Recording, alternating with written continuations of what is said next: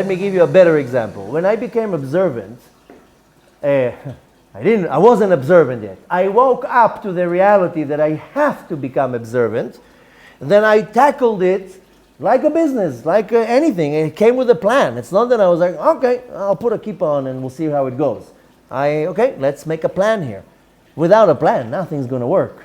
If I don't have some type of strategy here, my plan won't come to fruition and I'm not going to be able to do nothing. So I had a plan. And the plan was very specific. I came to I don't have to say the conclusion, but I said, I'm not going to be so religious in the beginning because I can't. Because I'm 28 years old and I can't jump into it right now.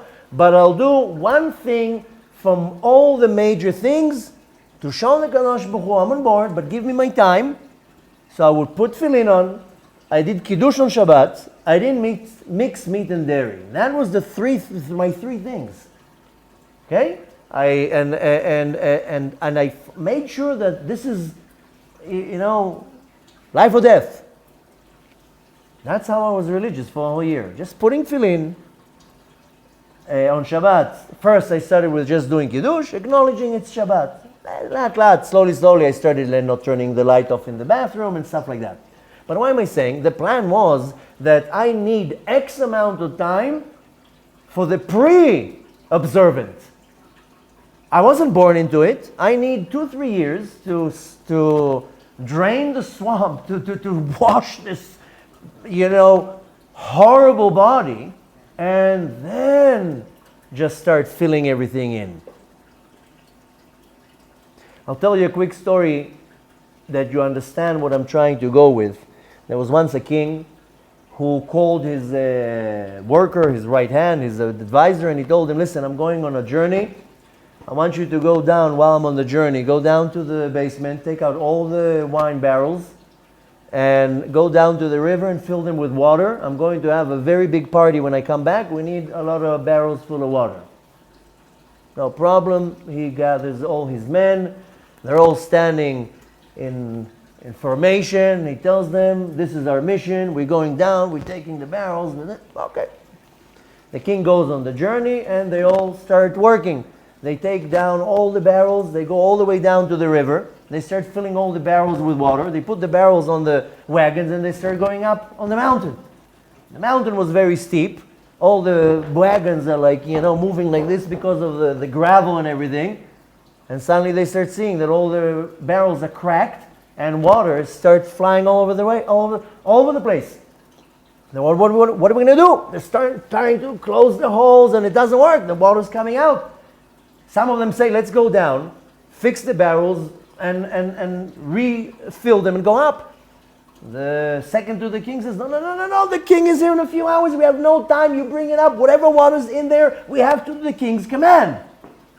And they're going up the mountain and the buggies are all shaking and the water is flying all over the place. By the time they reach to the castle, all the barrels are completely empty. The king calls them in. Did you do my command? The guy says, listen, we tried, but there's some problem and the barrels were cracked and we don't have any water. He's already saying Shema Yisrael Vidui. He's about to be put to death. And the king tells to him, oh, good, that's what I wanted. What? Says the man, that's what you wanted? He says, yeah. The barrels were sitting in the basement for years. You know how dusty they were? So I told you to take them down to the river, fill them with water. I knew the bumpy journey will shake the barrels like a dishwasher. All the water will go out. Now the barrels are clean. Now fix the barrels. I brought with me from the journey 1,000 liters of good wine. Let me put it in the barrels. So this story was told to me by my rabbi in a different context. When I first came to yeshiva and I started learning Torah, so the easy things came easy. I had the language. But when I started learning Gemara, I didn't know much the Aramaic, but half the Gemara is in Hebrew. I kind of understood the text. But it took me about 3 years to understand the Gemara. And I held myself as I'm a smart guy. I'm not like some dumb. I couldn't understand it. 3 years. Sitting with one of the best rabbis in the world, I don't understand one word. One day, it opened, and when I asked him, how come I'm in yeshiva for so many years, certain things I remember, how come I come to a class? The rabbi gives over the class, I go out of the class, I don't remember one word. I told you already, my wife was nice enough to send me to learn Torah when we got married. She's like, you go and learn, I'll work. I would come home from a day of learning. The minimum of the minimum, she was like, tell me something. And I would start stuttering, and she would tell me, what did you learn today? Torah. Tell me something. You wouldn't get it. It's way, way too high for you to get it. That was my answers. No, tell me something. Shabbat. I'll tell you in the Shabbat table. I didn't remember one thing. Math, science, chemistry, biology, no problem. Torah, cement wall. So when I came and asked my rabbi, what's wrong with me? So he told me that story. So he says, you are such a dirty barrel that you need so much water to wash it before it's ready to put the wine in. So the Torah is water, and you need to learn a lot of Torah, and you're not going to remember anything because it's just washing the dirty barrel. So I'm telling you the exact same thing. We're all a dirty barrel, full of junk. And you think you're just going to waltz into Olam Haba, into Gan Eden, or just come to do some mitzvot, and it doesn't work like that. There's a process. There's a process that needs to be done, and that's part of humbling yourself. Can you imagine what it was for me coming with an ego from here till tomorrow and hauling myself as a wise individual, and then I'm sitting there and everybody understands, and the rabbi's like, Evanta? Okay, yeah.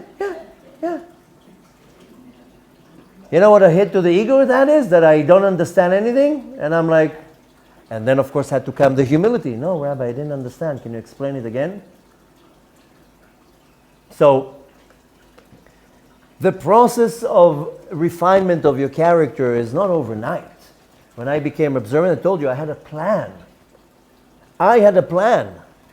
When I told you this story many times. I used to do Kiddush on Shabbat. That was my thing on Shabbat. I used to drive 60 miles, 58 miles to be exact, on the odometer, to the kosher supermarket where I live to buy kosher wine. And I made a whole shtick out of it. I bought this beautiful tablecloth and beautiful Kiddush cup, and I would cook myself such an amazing meal. And that was my Shabbat. And I told you the story that once my friend came to visit me, I told him, it's Shabbat, we got to do Kiddush. Kiddush? Okay, I told him, sit down, eat the food, just answer amen. And we do Kiddush, finish the Kiddush, finish the food, and go out. Go out to a party, not go out of the living room. So one night we do Kiddush and we go out to a club. 5 o'clock in the morning, we're coming back home from the club. My friend tells me, you know, I don't get you. Like a few hours ago, you do Kiddush, you put a kippah on, and now you desecrate Shabbat in any angle you can just think of. So I told him, listen, if you go now to a playground and you see a 10-year-old boy jumping up and down from one thing to another, you don't give it any attention because all the 10-year-old boys do that. But if you see a year-old baby standing up and taking 2 steps, I guarantee to you within 3 minutes the internet is flooded with 5,000 pictures of that baby and all the WhatsApp groups, and everybody's going crazy because he did 1 step. What's the big deal? Because it's a baby. So I told my friend, in Hashem's eyes, I'm a baby. I cannot do more than this. That's my step, and then I fall. One day I will keep Shabbat. I don't know, 1 year, 3 years, one day I'll get it. I know I'll get it. I don't know how long it's going to take me, but one day I'll do it. But in the meantime, I told him, you know how Hashem looks at me? he calls all of his angels and he says, look, look, look, look, look, look. Look what he did. He drove 60 miles to get kosher wine. And look at this beautiful table, how he set it up.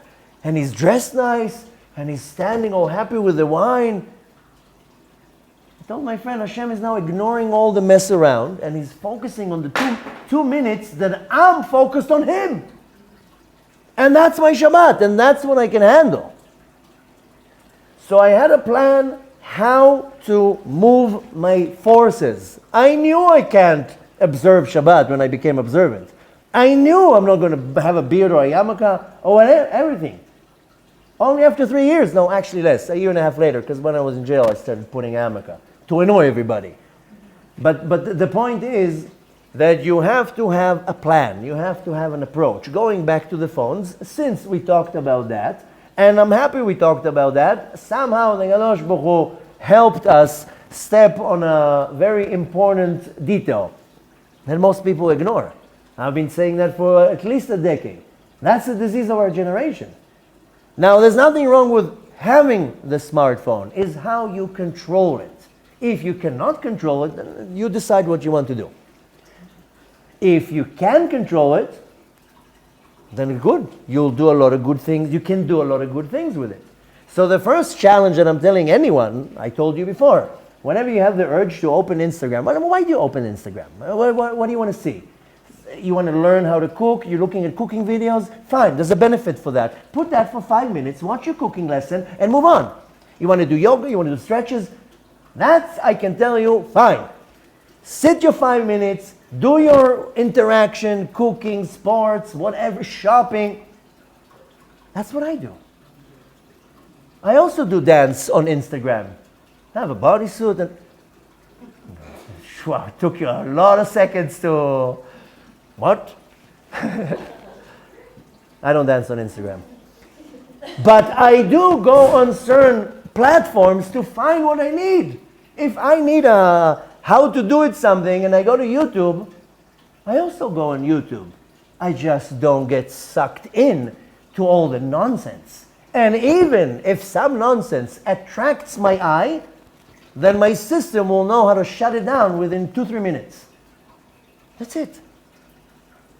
So I would start with a challenge that every time, next time you have an urge to open TikTok, Instagram, whatever it is, don't open it. Open a book of Tehillim and read one chapter of Tehillim. At least in the eyes of God, you said, I had the urge, I fed my neshama, now let me go feed the Yetzer Hara a little bit, but I guarantee to you with the power of the one chapter of Tehillim, you'll have less the desire to continue on the app. That's for sure, I'm telling you. Do this challenge to yourself. But if you want practical advice, first of all, disconnect the notifications from your phone. Because the reason why you open all these apps is because they send you a notification. Shmuley liked your picture. And you click. Who cares if Shmuley liked your picture? Why do you have to click on it? And that's how you open all these apps all the time. Remove that, I'm guaranteed to you open the phone half the time. That's my rules. I do not open my phone, email, anything till middle of the day. I don't check my emails in the morning. I have a private phone for my wife and kids and private matters. That's my phone to communicate. I don't check my messages early in the day. I don't go on any of the platforms only at the end of the day. My platforms don't get open during the day. Why do I need it? I can do in 10 minutes at the end of the day what you do in 5 hours during the day. You can do it too. You summarize the junk to 10 minutes and that's it. And when you start realizing that it's not benefiting you in any type of way, do the chain reaction math. That's what I do. I sit and watch a stupid video and my Yetzer Hara will tell me, you had a long day, relax a little bit, watch something funny. It's funny to see people crash. That's the funny videos. People fall and break their limbs and jump from roofs and then a cat is suddenly dancing. I mean, this is the level this generation came to.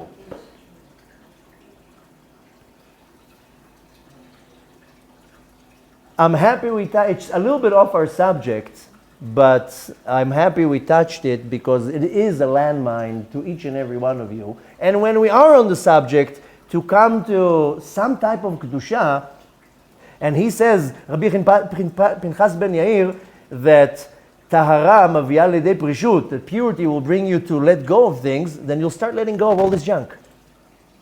You'll start letting go of all this junk. You don't need it. If you summarize a day, how much hours a day you are on Netflix, Facebook, and everything together, if you come to more than an hour, your situation is very bad. Very, very bad.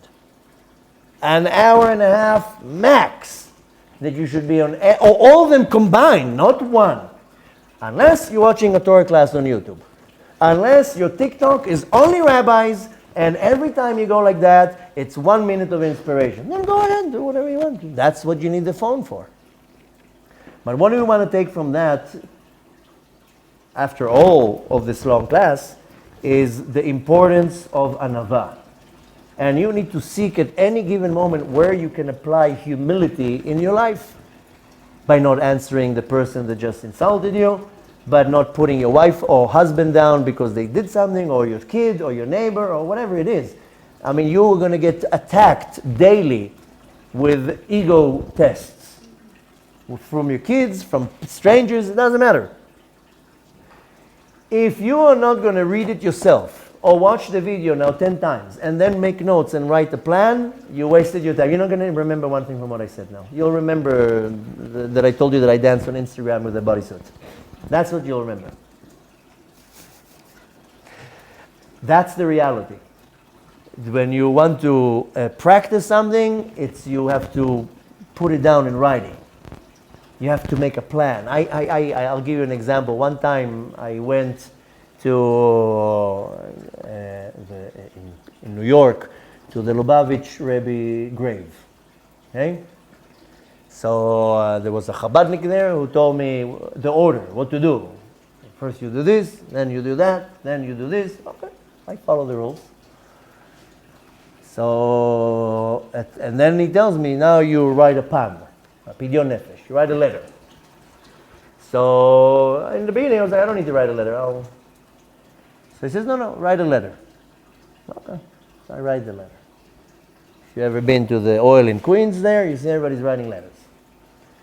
And I was 2.5 days religious, so I told him, why are we writing a letter? Why can't I just, if I'm already praying to God, why can't I just talk? Why do I need the letter?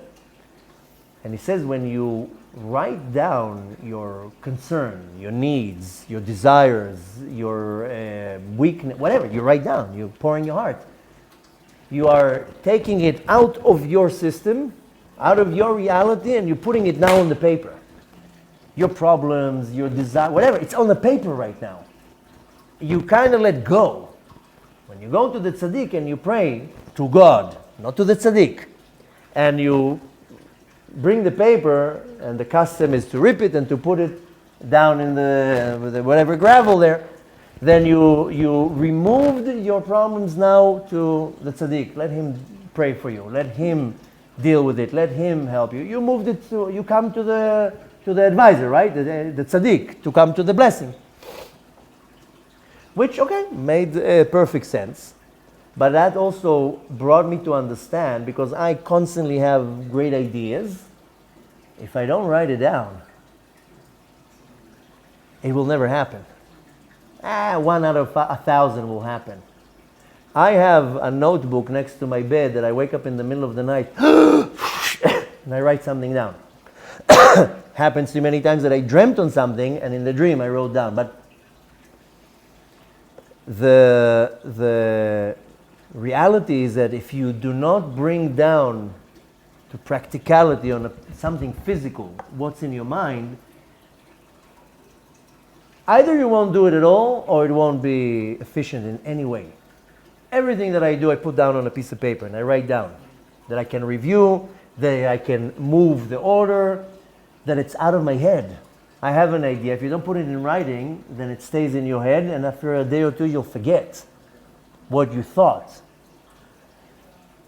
So when it comes to Tikkun HaMidot, and don't worry, we have a few more classes to go. At the end, we'll do a very thorough summary with practical what to do. But I'm telling you now, if you want this to apply, if you don't write it down, today I'm doing this. Next month, I'm doing that. By the end of the year, this should be accomplished. All this is extremely, extremely important to your spiritual growth and to your refinement. And needless to say that whatever effort that you do, coming from the positive side, it reduces from the negative side. And I apologize if we sidetracked with the phone thing, but I think it's very, very appropriate, and we'll take that as the message of the class, because the thing is, it is a disease. This phone is a disease, and eventually, very soon, they'll start using this device for much worse things. Much, much worse things. Now it's just getting it so under your skin that you can't live without it, then they're going to lock everybody with it. You have to be already very, very free from your device. Start with don't sleep with it at night.